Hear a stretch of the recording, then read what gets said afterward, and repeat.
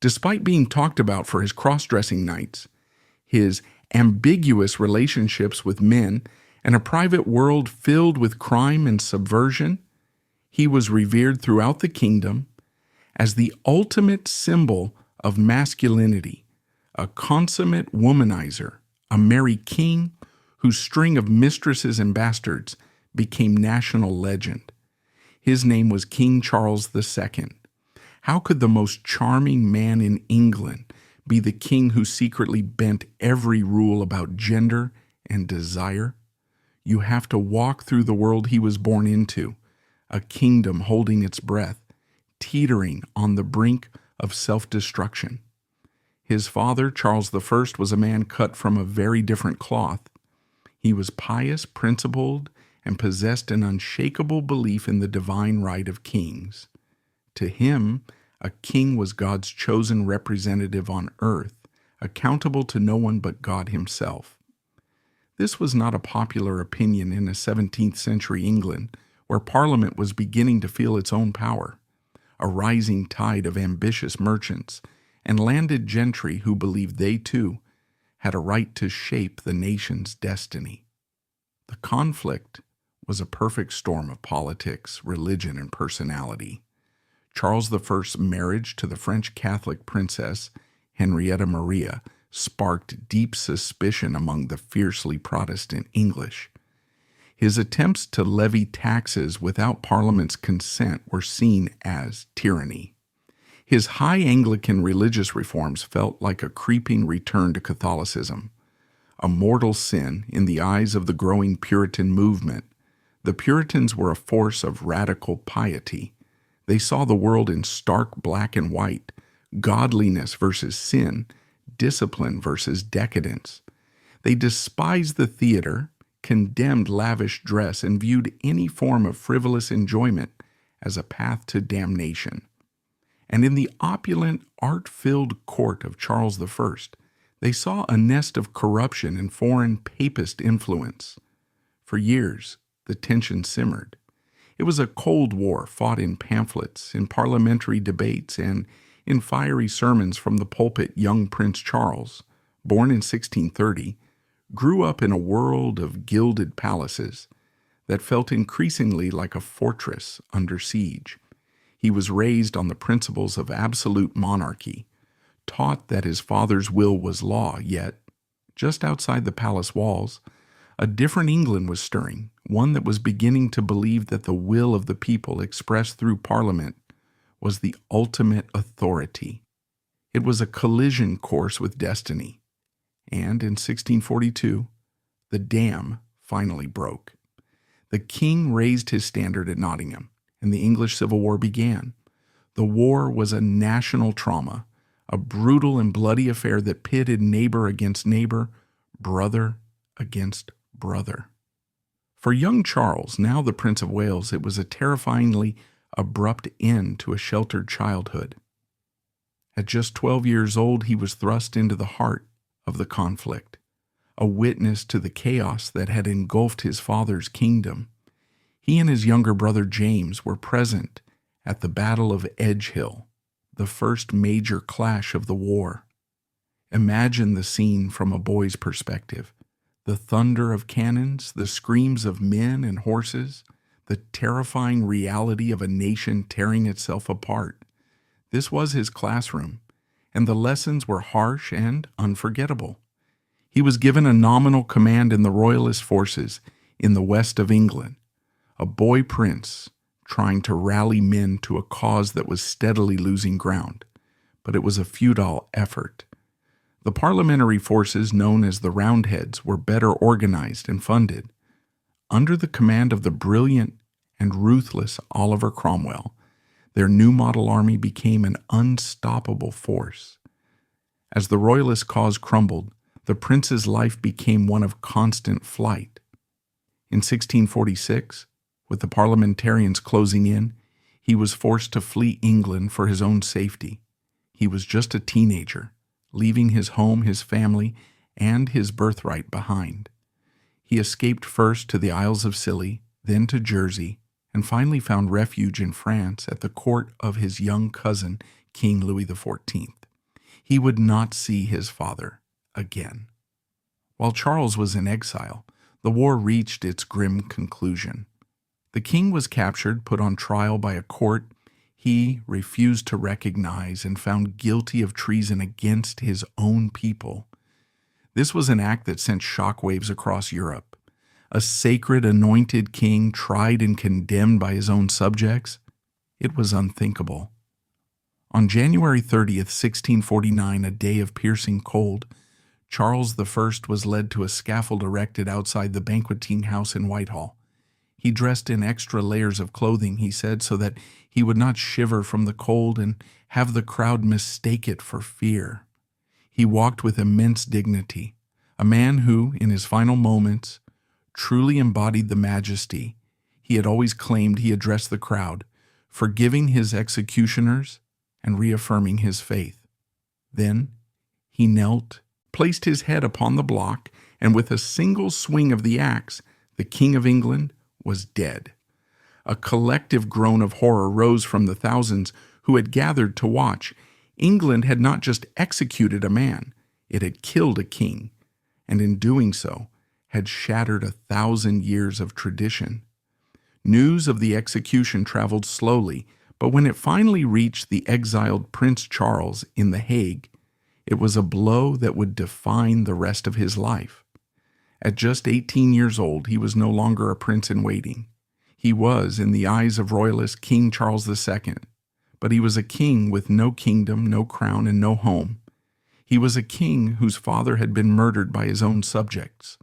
That moment burned itself into his soul, a lesson that conviction can kill, and survival belongs to those who bend. It instilled in him a deep-seated cynicism about political and religious ideologies. He saw firsthand that absolute certainty was a death sentence. Survival, he learned, required something else entirely: flexibility, pragmatism, charm, and a willingness to wear whatever mask the situation demanded. His entire later life can be seen as a reaction to this single horrific event, a rejection of the piety that couldn't save his father, and an embrace of the earthly pleasures his father's enemies had tried so desperately to stamp out. The years that followed were the wilderness years. Charles was now the titular head of the royalist cause, a symbol of hope for those who refused to accept the New English Republic, or Commonwealth, as it was called. But in reality, he was a political pawn, a penniless exile, dependent on the charity of European monarchs who offered sympathy but little concrete support. He was the vagabond king, shuttling between courts in France, the Dutch Republic, and the Holy Roman Empire, constantly plotting his return, but facing one setback after another. His most audacious attempt came in 1651. Having been proclaimed King of Scots, he managed to raise an army and march south into England, hoping to inspire a royalist uprising. But the country, weary of war and firmly under Cromwell's iron grip, did not rise to join him. At the Battle of Worcester, his Scottish army was annihilated by Cromwell's forces. The battle was a disaster, and Charles found himself a fugitive in his own kingdom.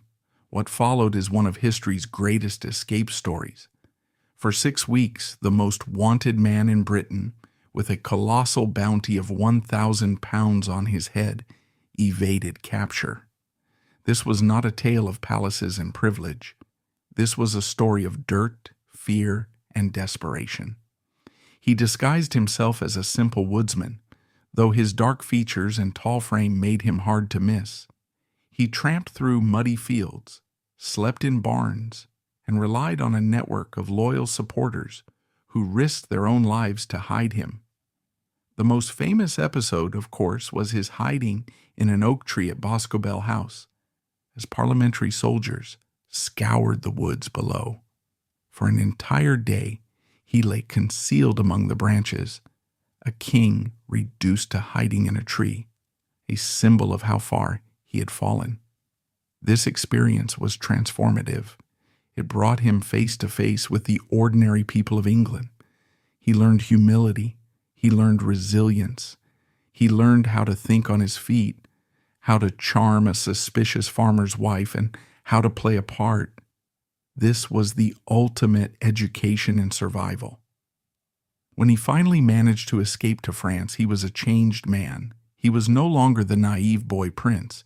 He was a hardened, cynical, and incredibly shrewd political operator. He had learned that his life depended not on his divine right, but on his wits. Meanwhile, back in England, Oliver Cromwell ruled as Lord Protector. The Commonwealth was a joyless, military-run state. Theaters were closed, pubs were heavily restricted, and sports were banned on Sundays. Colorful clothing was seen as a sign of vanity, and Christmas celebrations were suppressed. It was a nation draped in gray, governed by a rigid, unyielding piety. For over a decade, England endured this puritanical rule. But as time wore on, the people grew tired of the endless austerity and the constant moralizing. When Cromwell died in 1658, the Republic began to crumble. His son Richard lacked the authority and charisma to hold it together. The country drifted into political chaos, and the army, the very foundation of the Commonwealth, was divided. In this power vacuum, the English people began to look back with a strange sense of nostalgia. They remembered the monarchy not as the tyranny Cromwell had fought against, but as a symbol of stability, tradition, and, perhaps most importantly, fun. A secret negotiation began with the exiled king, and in 1660, the impossible happened. The nation that had beheaded its king invited his son to come home, Charles Stuart. The vagabond king, who had been hiding in trees and begging for loans in European courts, was about to make the most triumphant return in English history. He was about to bring the party back to England. But the man who was coming back was not the same one who had fled. He was a survivor, a king of contradictions who turned disguise into power. The stage was set for the Restoration and for the rise of the merry monarch, but the shadows of war, execution, and exile would follow him always, shaping the secret life he would lead behind the throne. On his 30th birthday, May 29, 1660, Charles II rode into London. It wasn't just a royal procession, it was a national catharsis. The city, which had been the heart of the rebellion against his father, erupted in a delirious, almost hysterical welcome. The diarist John Evelyn, an eyewitness to the event, wrote that he saw a triumph of above 20,000 horse and foot, brandishing their swords and shouting with inexpressible joy, the ways strewed with flowers, the bells ringing, the streets hung with tapestry. It was as if a spell had been broken. The long, grim winter of Puritanism was over, and spring had arrived in the form of a tall, dark, and dangerously charming. King Charles's return was the starting pistol for a cultural revolution. The first and most symbolic act was the reopening of the theaters. For 18 long years, the stages had been dark. Silenced by Puritan decree now, they burst back to life with a vengeance.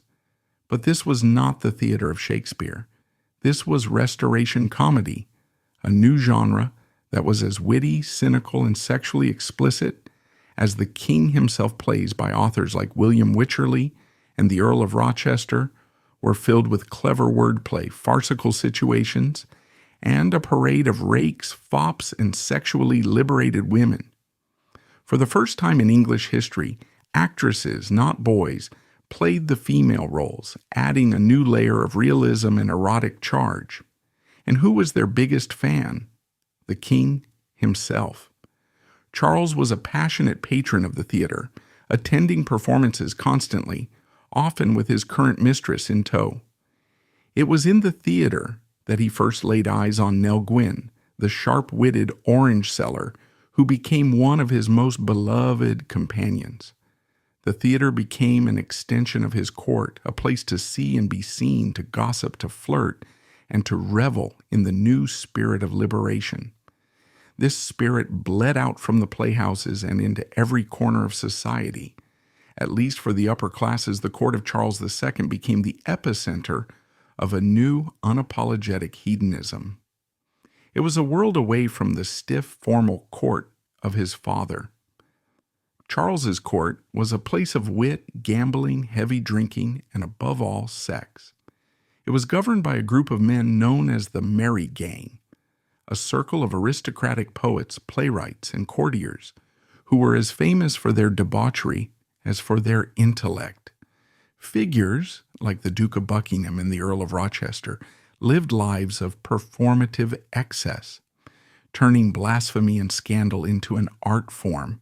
They wrote pornographic poetry, engaged in wild public pranks, and treated the pursuit of pleasure as the highest calling. And at the center of this swirling vortex of indulgence was the king himself, not as a stern monarch judging from on high, but as the ringleader, the chief architect of the fun. He was a king you could have a drink with, a king who could tell a dirty joke, a king who understood human frailty, because he was so openly, gloriously frail, himself, of course. The most famous aspect of Charles's court was its open and unapologetic sexuality, embodied by the king's long and ever-changing list of mistresses. In an age when royal marriages were cold, political contracts, Charles elevated the royal mistress to an almost official position. These were not hidden, shameful affairs. His mistresses were public figures, celebrities who wielded immense influence and power. They were given titles, vast estates, and generous pensions. Their children, the king's illegitimate offspring, were openly acknowledged, ennobled, and showered with affection. Many of England's current dukedoms trace their lineage directly back to these illicit unions. The first and arguably most powerful of these royal mistresses was Barbara Villiers, Countess of Castlemaine, and later Duchess of Cleveland.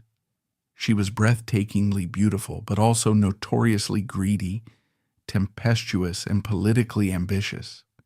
She bore Charles 5 children, and for a decade was the uncrowned queen of his court. She was so powerful that she could make or break a courtier's career, and she flaunted her position with a brazenness that scandalized even the libertine court Samuel Pepys, the meticulous diarist whose writings give us an unparalleled fly-on-the-wall view of this era, was both mesmerized and appalled by her. He described her as having a proud, vain, and cursed condition, yet he couldn't help but document her every move, her extravagant jewels, and her public quarrels with the king. Barbara Villiers was the living symbol of the Restoration's excesses, beautiful, powerful, and utterly scandalous. But she was not the only one.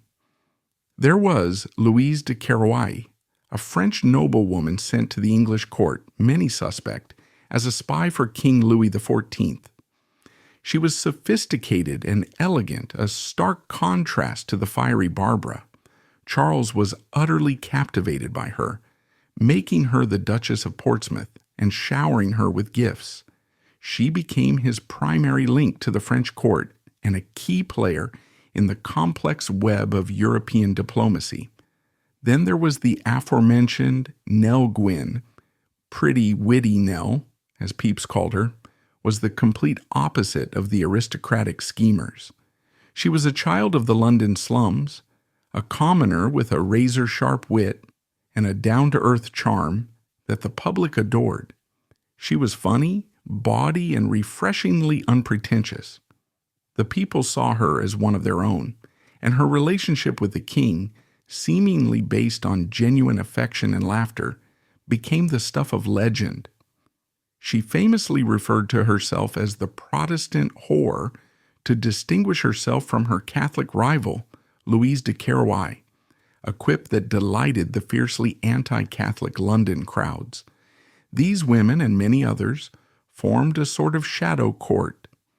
Their rivalries, their children, and their influence were a constant source of gossip and political intrigue. Charles, for his part, seemed to thrive on the chaos. He skillfully played them off one another, yet he was also genuinely fond of them and unfailingly generous. His loyalty to his mistresses and his devotion to their children was, in its own way, one of his most consistent traits, while his actual queen, Catherine of Braganza, a Portuguese princess, failed to produce an heir and lived a quiet, often humiliated existence. Charles created a sprawling, illegitimate dynasty that he nurtured with pride. This public display of virility was a powerful political tool. It projected an image of a king who was potent, generous, and full of life, the polar opposite of the sterile, grim Puritan regime.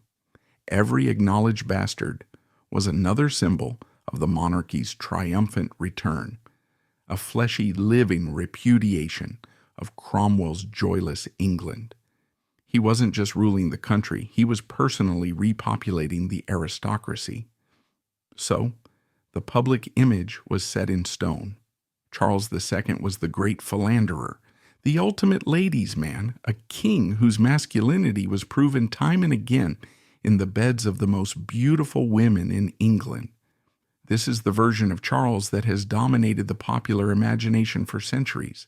It's a simple, compelling story, but it's also incomplete, because while this pageant of hyper-masculinity played out in the full glare of the public eye, there were other stories unfolding in the shadows, other relationships and behaviors that didn't fit so neatly into the narrative of the heterosexual rake. To find these stories, you have to read between the lines of the court memoirs, decode the subtle language of diplomatic dispatches, and look at the king's private life away from the grand performances of state. You have to ask a different set of questions. What did he do when he wasn't with his mistresses? With whom did he share his most private moments of unguarded leisure? And what did his contemporaries really think of him, beyond the carefully constructed public image? When you start to dig, a more complex and ambiguous portrait begins to emerge. A portrait of a man who was deeply attached to certain male friends, who delighted in theatricality and disguise, and who seemed to find pleasure in blurring the very lines of identity that his public persona was meant to reinforce. This is where our story takes a turn, moving from the well-lit stage of public scandal into the far more intriguing twilight of private secrets. The mask of the merry monarch was about to slip, revealing the fascinating and perhaps far more authentic face beneath. So we have our king, the great restorer, the symbol of life, the walking embodiment of masculine virility. His public resume is impeccable, a kingdom reclaimed, a nation revitalized, and a seemingly endless list of mistresses and illegitimate children to prove his potency. This is the story he wanted the world to see, the role he played to perfection on the grand stage of England. But every great actor has a life off stage, in the green room after the applause has faded, and it is in these private, unguarded moments that we begin to find the real Charles Stuart. To do so, we must look past the official records and into the world of courtly entertainment, a world where masks weren't just for parties, but a way of life, and where the lines between performance and reality were thrillingly, dangerously blurred. The Restoration Court was a theater in itself. Charles, having spent his formative years of exile in the sophisticated French court of Louis XIV, brought back a taste for lavish, intricate, and often provocative entertainment.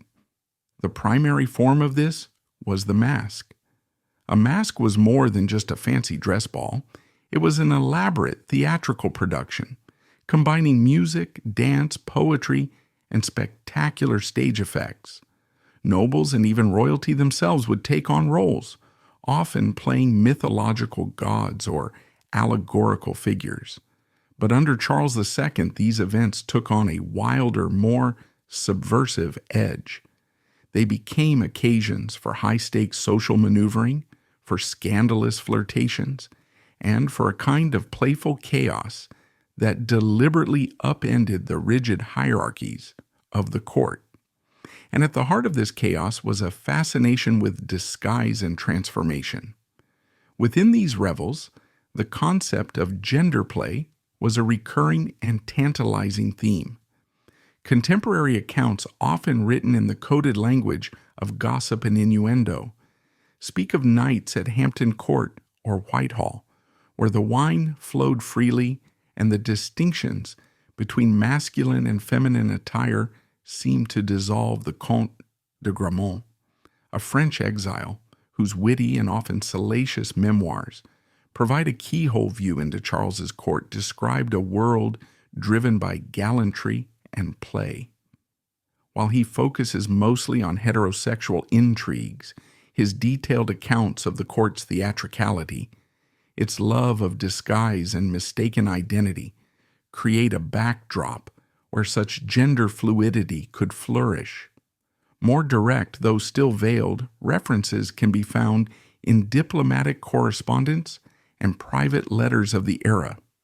Ambassadors tasked with understanding the true nature of the king would sometimes report back on the unusual character of his private amusements. There are scattered but persistent references to Charles and his closest circle engaging in cross-dressing. Imagine the scene. The King of England, a man whose public image was built on his rugged masculinity and military prowess, privately shedding his regal male attire to don a silk gown, a powdered wig, and perhaps even a touch of rouge. In our modern world, we might see this as camp or simple fun. But in the 17th century, this was a profoundly significant act. For a king, whose body was a symbol of the nation's stability and patriarchal order, to voluntarily adopt the attire of a woman, even in jest, was a radical blurring of boundaries. It was a visual and symbolic rejection of the very rigidity he was supposed to represent. Was it merely a drunken prank, or was it something deeper? A genuine expression of a part of himself that the crown and his public role forced him to suppress. A way to experience a different kind of freedom, the freedom of anonymity and transformation that his years as a fugitive had taught him to value so highly. This love of theatricality was not just confined to parties. It was a core part of who he was. Remember, this was a man who had survived for 6 weeks on the run by playing a role, by disguising his voice, his walk, his very essence. In the safety of his own court, perhaps disguise became a source of pleasure, a way to reclaim the act of transformation from a tool of desperate survival into an instrument of personal liberation. He and his companions, particularly the Duke of Buckingham, were famous for their incognito jaunts through London. They would dress as common merchants or tradesmen and descend into the city's underbelly, visiting taverns, brothels, and bear-baiting pits, delighting in the thrill of moving unseen among their own subjects. On one level, this was a way to gauge public opinion and escape the suffocating formality of the court. But on another, it was a continuation of this love for performance, for slipping into another's skin. And if he was so comfortable shedding his identity as a king, it's not such a great leap to imagine him being equally comfortable shedding his identity as a man, if only for a night of revelry. It wasn't a mere quirk. It echoed the disguise that had once saved his life. But the most compelling evidence for a more fluid sexuality in Charles II doesn't come from costumes or parties. It comes from the human heart. It's found in the intense, complicated, and lifelong relationships he forged with a select group of men, bonds that far surpassed ordinary friendship, and ventured into a territory of emotional and physical intimacy that captivated and concerned the court. And no relationship was more intense, more significant, or more revealing than his bond with George Villiers, the second Duke of Buckingham. To understand this relationship, you have to understand the almost mythical legacy of the Villiers family. George's father, the first Duke of Buckingham, had been the dazzling, controversial, and widely rumored lover of Charles's own grandfather, King James I. King James was openly and passionately affectionate with his male favorites, famously writing to the elder Buckingham, "I desire only to live in this world for your sake. God bless you, my sweet child and wife, and grant that ye may ever be a comfort to your dear dad and husband." This history hung in the air of the Stuart court. The idea of a Villiers captivating a Stuart king was not just a possibility, it was a precedent. Young George Villiers grew up alongside Charles. They were raised together as children, shared tutors, and formed a bond in the gilded cage of the royal court before the Civil War tore their world apart. They were separated during the war, but reunited in exile. Two young men dispossessed of their birthrights, clinging to each other in the foreign and often hostile courts of Europe. It was in these years of shared hardship that their friendship solidified into something far deeper. Buckingham was everything Charles was not. Where Charles was becoming cynical, cautious, and pragmatic, Buckingham was flamboyant, reckless, and driven by wild ambition. He was brilliant, a gifted mimic, a talented chemist, a sharp political mind, and a writer of some note. But he was also utterly without principle, a man who followed his whims wherever they led, often to disastrous effect. And Charles, for reasons that baffled many, adored him for it. When the monarchy was restored, Buckingham became a central figure at court, a member of the infamous Cabal ministry, and the king's constant companion contemporaries described their intimacy as startling. They used familiar nicknames, shared private jokes, and were often in a state of what was described as excessive familiarity. The French ambassador, a shrewd observer of the court's inner workings, noted in a dispatch that Buckingham's influence over the king was a thing that astonishes all the world. He wrote that Buckingham makes the king do whatever he pleases, an influence that seemed to transcend political advice and stem from a profound personal, emotional hold. They were partners in crime. They were the ones who would sneak out of the palace in disguise to go carousing in London. They shared a love of science, setting up a chemistry lab in the palace, and they shared a love of women, often pursuing the same mistresses, creating a bizarre and emotionally charged love triangle. In one famous instance, Buckingham began a scandalous affair with the Countess of Shrewsbury. When the lady's husband challenged him to a duel, the king, who could have forbidden it, did nothing. Buckingham killed the earl, and then, according to rumor, rode straight to the countess's house, still covered in her husband's blood, and fell into her bed. It was an act of supreme arrogance and cruelty, yet Charles not only forgave him, but protected him from the legal consequences. This level of loyalty went beyond friendship. It suggested a bond so deep that the king was willing to suspend normal rules of justice and propriety for Buckingham's sake. Historians have long debated the true nature of this relationship. There is no surviving letter where they declare a sexual love for one another. To expect one is to misunderstand the era. But the language of homoeroticism was certainly present in the culture of the time, particularly in poetry and theater. The intense, passionate friendships between men, known as male amity, were a recognized ideal. But there was a fine line between a noble platonic bond and a sodomitical one. The relationship between Charles and Buckingham seemed to many observers to dance provocatively along that line. Their intimacy was physical, They were often seen with arms around each other in deep and private conversation, a level of physical ease that was unusual even for the time. Their emotional codependence was obvious. Charles was endlessly forgiving of Buckingham's betrayals and political blunders, while Buckingham seemed to be one of the few people who could make the often melancholy and guarded king genuinely laugh.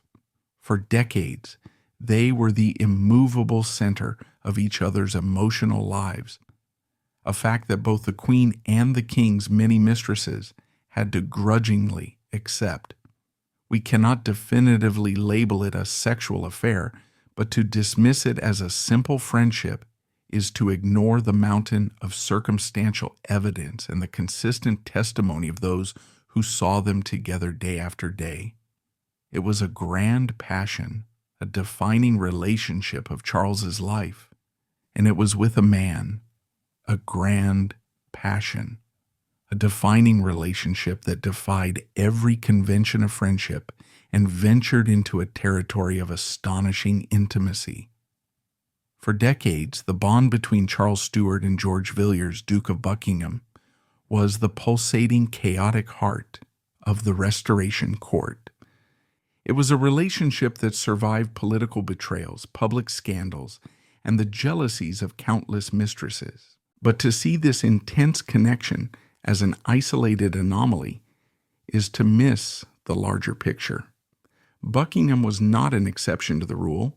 He was the most dramatic expression of a rule that governed Charles's private world, a deep-seated attraction to wit, danger, and beauty, regardless of the form it took. The king's court was not merely a stage for his heterosexual conquests.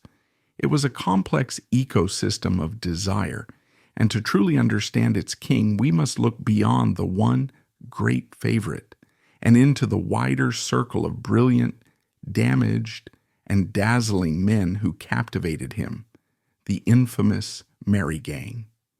This was no ordinary group of drinking buddies. The Merry Gang was the intellectual and spiritual core of the Restoration's libertine counterculture. They were poets, playwrights, aristocrats, and adventurers, united by a shared philosophy, a radical, often self-destructive rejection of all forms of authority. They had seen what religious piety and political certainty had done to England. It had led to a bloody civil war and the execution of a king. Their response was to declare war on dogma itself.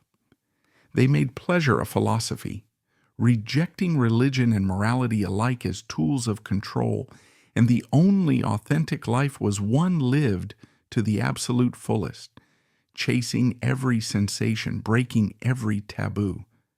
And the poet laureate of this decadent new world, its dark, glittering soul, was a man named John Wilmot.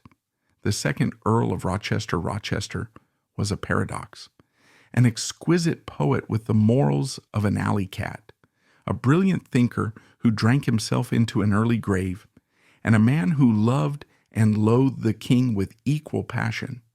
He was the ultimate embodiment of the Restoration rake, more extreme than Buckingham, more intellectually profound than any of the others. He didn't just break the rules, he philosophically dismantled them in verses that were by turns pornographic, sublime, and savagely satirical. He wrote with brutal honesty about sexual impotence, the foulness of the human body, and the utter meaninglessness of a world without God. For Rochester, libertinism wasn't just an excuse to party. It was a desperate, nihilistic quest for truth in a world he believed was built on lies, and King Charles was utterly fascinated by him. Their relationship was a volatile cocktail of patronage, intellectual sparring, and genuine, if dysfunctional, affection. Rochester was one of the few men who could match the king's legendary wit, and he was completely unafraid to use it against his monarch. He was the court jester, and its sharpest critic rolled into one. The most famous story involves Rochester, in a drunken flash of inspiration, pinning an impromptu epitaph to the king's bedchamber door. It read, "Here lies our sovereign lord the king, whose word no man relies on, who never said a foolish thing, nor ever did a wise one." Most kings would have had a man executed for such insolence, but Charles, upon reading it, is said to have laughed and retorted with one of the most famous lines of his reign. "That is very true, for my words are my own, but my actions are my ministers." This exchange reveals everything about their bond. It was a relationship built on a shared, cynical understanding of the world, a recognition that power was a performance, and words were just a game. Charles didn't just tolerate Rochester's provocations, he seemed to need them. Rochester was his intellectual sparring partner, his mirror, the one person who could articulate the dark, nihilistic undercurrents of their age that Charles himself must have felt, but could not, as king, express. He banished Rochester from court multiple times for his outrageous behavior, including a notorious incident where he drunkenly destroyed a priceless, elaborate sundial in the palace gardens, only to always inevitably call him back. He couldn't stay away. The king, who charmed everyone, was himself charmed by the one man who refused to be charmed by anything. Within this circle, this bubble of aristocratic rebellion, all norms were on the table for demolition, and sexual norms were no exception. The poetry of Rochester and others from his circle is filled with explicit references to both homosexual and heterosexual acts, often described with the same detached, experimental curiosity. To them, desire was a force of nature, an appetite to be sated, not a moral category to be adjudicated. The gender of the object of desire was often secondary to the intensity of the experience itself. This wasn't bisexuality in the modern sense of a fixed identity. It was rather a kind of radical sexual opportunism, a philosophical commitment to exploring every avenue of pleasure in defiance of a judgmental society. This is the crucial context for understanding Charles II. He wasn't just a king with a few unusually close male friends. He was the patron and protector of a subculture that actively celebrated sexual and moral fluidity. The merry gang created a space around him where his own non-normative impulses could be expressed and explored without judgment. His relationships with men like Buckingham and Rochester were not just personal friendships. They were intellectual and spiritual alliances. They were his tribe. He may have had to project an image of conventional kingly masculinity to the nation at large, but in the private chambers of Whitehall, surrounded by his merry gang, he could be someone else, a man who valued wit over piety, loyalty over law, and pleasure over principle.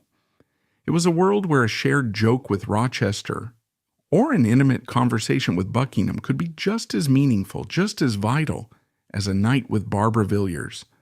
So let's connect the threads. We have a king who in private engages in cross-dressing, blurring the lines of gender. We have a king who maintains a lifelong, intensely intimate and codependent bond with the Duke of Buckingham, a relationship that mirrors his grandfather's notorious affair with Buckingham's father. And we have a king who surrounds himself with a circle of libertine thinkers who philosophically rejected all moral and sexual conventions. Seen separately, these might look like isolated quirks, but seen together they form a powerful and consistent pattern of behavior. They paint a portrait of a man who was at his core profoundly nonconformist. The great unspoken truth of Charles II's court may be that the king's greatest passion wasn't for women, but for a certain type of brilliant, dangerous, and beautiful personality, a personality he found most often in men. Now, at this point, you might be asking, if this is all true, where is the definitive proof? Where is the love letter, the diary entry, the smoking gun? The truth is, in the 17th century, such proof rarely exists. The word homosexuality as an identity had not been invented. Yet the act itself, sodomy, was a well-understood sin and legally a capital crime. It was spoken of in whispers, condemned from the pulpit, and could lead a common man to the gallows. This created a culture of extreme discretion in coded language, especially among the elite intimate relationships. Between men had to be framed within the acceptable, if sometimes stretched, bounds of passionate friendship. Any explicit evidence would have been a political and personal liability of the highest order. For a king, whose every action was scrutinized, leaving behind a written record of such a crime would have been unthinkable. His enemies, and he had many, would have used it to destroy him. We cannot expect a 17th century monarch to have kept a diary with the confessional honesty of a modern blogger. Therefore, the job of the historian and our job today is to act like a detective, to assemble the circumstantial evidence, the pattern of behavior, the nature of his closest relationships, the cultural context he created, and the testimony of those who watched him every day. What did they see? They saw a king who, while performing his public duty of siring a nation, consistently sought out and cherished deep emotionally and physically intimate bonds with other men. They saw a king whose court celebrated a philosophy of anything goes. They saw a man who seemed far more at home in the witty, subversive company of his male favorites than in the formal, duty-bound relationship he had with his queen. Modern historical scholarship, particularly in the field of queer history, has moved beyond the hunt for explicit confessions. It instead looks for these patterns, for the ways in which people in the past lived outside of the heterosexual, gender-rigid norms of their societies, even if they lacked the vocabulary to name what they were doing. When viewed through this lens, Charles II emerges as a fascinating and deeply complex figure. He wasn't gay or bisexual in the way we use those terms today. He was something more fluid, more pre-modern. He was a man whose traumatic past had shattered his belief in rigid systems, be they political, religious, or personal. His entire life was an exercise in pragmatism, adaptation in the pursuit of security and pleasure in a treacherous world. He sought loyalty and love wherever he could find it, and it is overwhelmingly clear that he found it in the arms of women and in the company of men. The merry monarch's greatest secret may not have been a specific sexual act, but the profound emotional and intellectual fluidity that defined his entire being. He was a king of contradictions, a master of masks, and his true self was a mosaic of appetites that refused to be categorized. So, we've assembled the pieces of this extraordinary puzzle. A king who played with gender. A king who forged profoundly intimate bonds with men. A king who was the patron saint of a libertine movement that sought to demolish every known sexual and moral boundary. The evidence, while circumstantial, paints a consistent and compelling picture of a man who refused to be contained by the simple categories of his time. But to truly understand why Charles lived this way, we have to move beyond just documenting his behavior. We have to venture into the most difficult territory of all, the landscape of his mind. We must analyze how the man behind the mask was created, and how that mask became not just a disguise, but his ultimate weapon of survival. The key to unlocking the psyche of Charles II lies in a single defining word: trauma. We must never forget the boy who watched his world burn, the boy who stood by, helpless, as his father's kingdom was ripped away. The boy who learned of his father's judicial murder while a powerless exile. And the young man who became a fugitive, hunted like an animal through his own country, his life depending on a farmer's silence or the rustle of leaves in an oak tree. These experiences didn't just shape his political views, they fundamentally rewired his soul. They taught him, in the most brutal way possible, that the world was inherently unstable, that loyalties were fickle, and that rigid principles were a luxury that often led to the executioner's block. His father, Charles I, had been a man of unbending conviction. He believed in his divine right with an almost holy certainty, and that certainty led him to the scaffold. Oliver Cromwell, his father's nemesis, was also a man of unbending conviction, a Puritan zealot who believed he was God's instrument. His certainty led him to become a military dictator. Charles looked at these two towering figures of his youth and drew the only logical conclusion. Absolute conviction was poison. Certainty was death. The only rational path to survival and perhaps to sanity was to embrace its opposite, fluidity. This became his guiding philosophy in all things. In politics, it made him one of the most cunning and infuriatingly slippery monarchs in English history. He was a master of the double game publicly. He was the sworn defender of the Church of England, the head of the nation's Protestant faith. Privately, he was deeply sympathetic to Catholicism, the religion of his mother, his favorite sister, and his wife. On his deathbed, he would finally convert. For his entire reign, he walked a tightrope between these two worlds, making secret treaties with Catholic France while placating his fiercely Protestant parliament. He would sign laws persecuting Catholics with one hand while protecting his Catholic friends and family with the other. His ministers constantly complained that he was impossible to pin down, that he changed his mind with the wind. But this wasn't indecisiveness. It was a deliberate survival strategy. By never fully committing to any single ideology, he kept his enemies off balance and gave himself room to maneuver.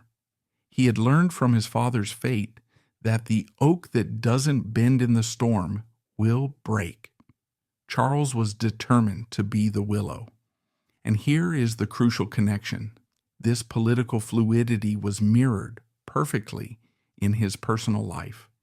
His refusal to be pinned down to a single political or religious identity was the exact same instinct that drove him to resist a single fixed sexual or gender identity, the cross-dressing at masks. It wasn't just a party game. It was an act of personal rebellion against the rigid gender roles that society and his crown demanded of him. It was a moment of escape, of becoming someone else, just as he had done when he disguised himself as a woodsman. The deep, emotionally charged relationships with men like Buckingham, they were a refusal to confine his capacity for love and intimacy to the narrow, officially sanctioned channel of his political marriage. And this brings us to the masterstroke, the most brilliant performance of his entire life, the mask of the merry monarch. We've been taught to see his endless womanizing as a simple expression of a high libido. It was not. It was a calculated political act of supreme genius. In an age that equated a king's personal virility with the health and fertility of the nation, Charles's public persona as an insatiable heterosexual was his greatest piece of propaganda. Every mistress he paraded, every bastard he acknowledged, was a public relations victory. It screamed to the world that the Stuart monarchy was potent, alive, and fertile. It was the ultimate repudiation of the sterile, life-denying Puritanism that had come before he was literally performing the restoration of England with his own body. He was, in essence, fucking his way back to political stability. This performance also served another, more subtle purpose. It was the perfect cover. Who would suspect a king so famously obsessed with women of having equally, if not more, profound emotional connections with men? Who would question the masculinity of a monarch who had sired a small army of dukes? The rake persona was a dazzling shield, a wall of heterosexual noise that deflected any and all suspicion. It allowed him to conduct his more ambiguous relationships in plain sight because no one was looking for them. They were too distracted by the latest scandal with Nell Gwynn or Barbara Villiers. He learned to hide in the light. It was the same principle as hiding in the oak tree, but instead of leaves, his cover was a rustle of silk petticoats and a cloud of court gossip. It was perhaps the cleverest act of misdirection in English royal history. So, who was he? Was he gay, bisexual, a cross-dresser, a heterosexual rake? The answer is yes. He was a man whose identity was perpetually in flux, a king of becoming rather than a king of being. He adapted his politics, his religion, and his personal expression to suit the needs of the moment. He was a political and personal chameleon. This is what makes him so endlessly fascinating and so profoundly modern. He was a man who seemed to understand, on an intuitive level, that identity is a performance. He played the part of the devoted son, the cunning politician, the loyal friend, the passionate lover, and the merry monarch, sometimes all in the same day. The contradictions were not a flaw in his character. They were his character. This was the same king who, while indulging in every earthly pleasure, was also a passionate and knowledgeable patron of the sciences, founding the Royal Society which would become the bedrock of Britain's scientific progress. He would spend an evening discussing astronomy with Christopher Wren, or peering through a microscope with Robert Hooke, and the next get drunk with Rochester and compose a lewd poem.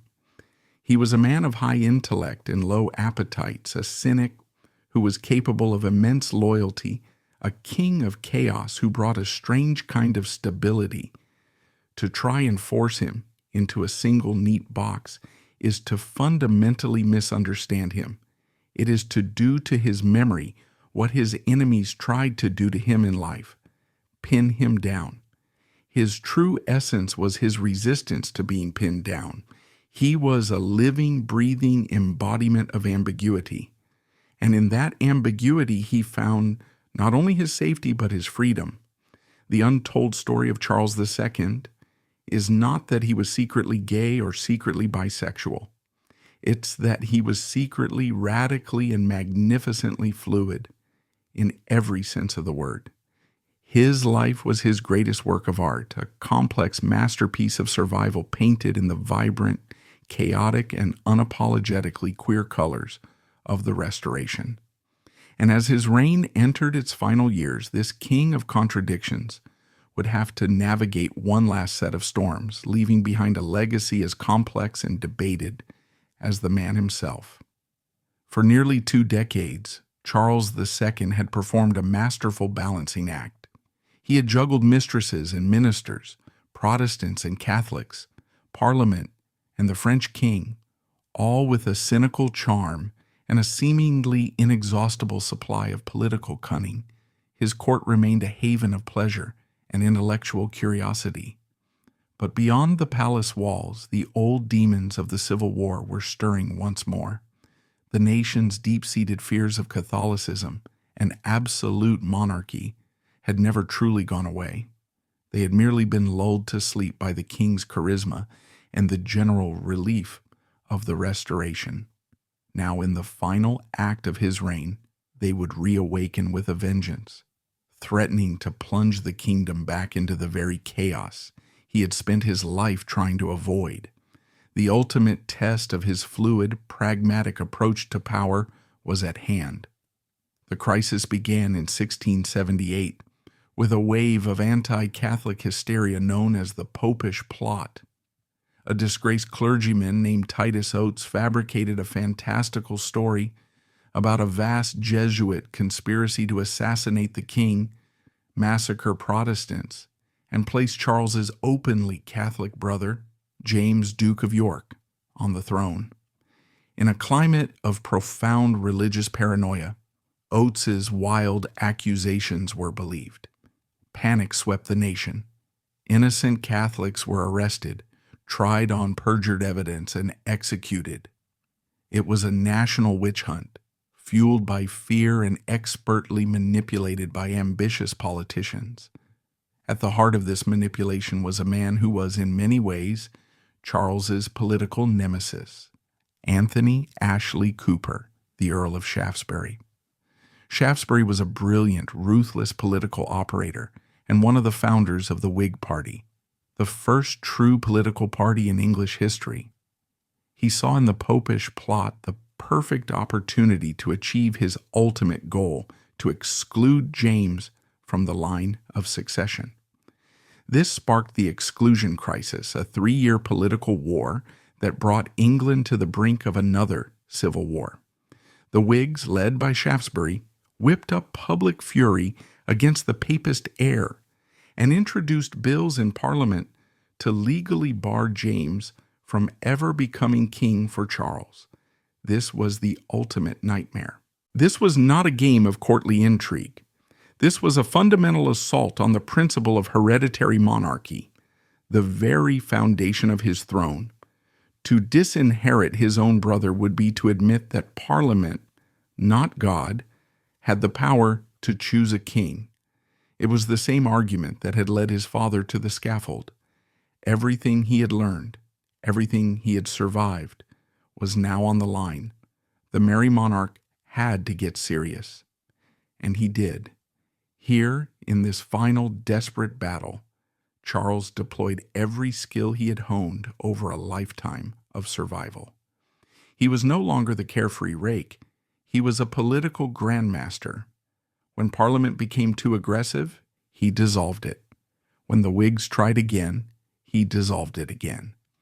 He played for time, using his charm to keep moderate politicians on his side, and his secret French subsidies to remain financially independent of a hostile Parliament. He allowed the hysteria to burn itself out, correctly gambling that the English people's fear of instability was ultimately greater than their fear of Catholicism. In 1681, he summoned Parliament to Oxford, away from the intimidating pressure of the London mobs. When they again pushed for exclusion, he dissolved them for a final time, and for the last 4 years of his life, ruled as an absolute monarch, free from the constraints of Parliament altogether. He had faced down the greatest challenge to his reign, and through sheer nerve and political artistry, he had won. He had saved the crown for his brother. It was his most cynical, his most ruthless, and his most brilliant political victory. The willow had bent in the storm, and the oaks had been smashed to pieces. His final years were a strange, quiet coda to a loud and chaotic life. With his enemies crushed, he enjoyed a period of unchallenged power, but his health was failing. The decades of hard living had finally caught up with him. In the early morning of February 2nd, 1685, he suffered a sudden apoplectic fit. For 4 days, his doctors subjected him to the brutal medical treatments of the age, bleeding, purging, blistering, but he lingered on, facing his end with a remarkable grace and wit. His deathbed was his final stage, and he gave the performance of a lifetime. He was gracious to those around him, apologizing for being an unconscionable time in dying. He ensured his mistresses would be cared for, uttering his famous plea for Nell Gwyn, "Let not poor Nellie starve." He made his peace with his long-suffering wife, Queen Catherine, begging her forgiveness, but his last most significant act was one of supreme secrecy. As he lay dying, he asked for the room to be cleared of all the Protestant bishops and courtiers. His brother James then secretly brought in a Catholic priest, Father John Huddleston, the very same priest who had helped save Charles's life during his escape after the Battle of Worcester over 30 years earlier. There, in the final hours of his life, the King of England, the supreme governor of the Church of England, confessed his sins, was received into the Roman Catholic Church, and given the last rites, the lifelong double game was over. He had kept his true faith a secret for his entire reign, knowing it would have cost him his throne. Only in death did he finally reveal his true allegiance. It was the final perfect act of a man who had made a life's work of wearing masks. On February 6, 1685, the merry monarch died, and the curtain fell. And what of his legacy? The most immediate and powerful testament to Charles II's political genius was the disastrous reign of the very man he had fought so hard to put on the throne. His brother James II was everything Charles was not: rigid, dogmatic, and utterly lacking in political finesse. Where Charles had been fluid, James was brittle. Where Charles had charmed his opponents, James alienated his allies. He openly promoted Catholics to high office, suspended laws against them, and created a large standing army, confirming everyone's worst fears of a Catholic tyranny. Charles had understood that in England, a king had to rule with a kind of theatrical subtlety. James ruled with the blunt force of a zealot. The result was inevitable. In 1688, after just 3 years on the throne, the nation rose up against him in the Glorious Revolution. James was forced to flee, and the Protestant monarchy of William and Mary was installed. The contrast could not be more stark. Charles II, the king of contradictions and moral ambiguity, had saved the Stuart monarchy. James II, the man of unbending principle, had destroyed it for good. It was the ultimate posthumous vindication of Charles's entire life philosophy. His legacy is as complex and contradictory as he was. He was a cynical king who left his nation with the Royal Society, a beacon of scientific enlightenment. He was a hedonist whose patronage shaped English theater and art for a generation. His many illegitimate children founded some of the greatest aristocratic dynasties in Britain, their bloodlines a permanent living reminder of his scandalous reign. He left no legitimate heir, but he left behind a modern-looking Britain, a nation with established political parties, a thriving coffeehouse culture of public debate, and a new, more cynical relationship with its monarchs. He had shepherded England through a dangerous transitional period, and while he did it for his own survival, he left the kingdom more stable, more modern, and certainly more interesting than he found it. So who was he? In the end, Charles II defies any simple label. He was not just the merry monarch, he was the survivor king. He was the great actor, the master of masks, a man so profoundly shaped by the traumas of his youth that he turned fluidity into a political and personal art form. He was a king who played with gender, who loved men and women, who believed in science and in God, who was both a decadent and a builder. He reminds us that the people we meet in history books are rarely the simple caricatures we're taught. They are complex, contradictory, and driven by the same tangled mess of fear, desire, and the desperate need to survive that drives us all. His life was both mask and mirror, a performance that revealed as much as it concealed. In bending every rule of politics, pleasure, and personhood, he didn't just reclaim a throne. He held up a mirror to the messy, glorious, and ambiguous nature of being human. And his story leaves us with a tantalizing question, one that echoes down the centuries through the silent galleries of history. What other masks are still waiting to be discovered in history's royal portraits?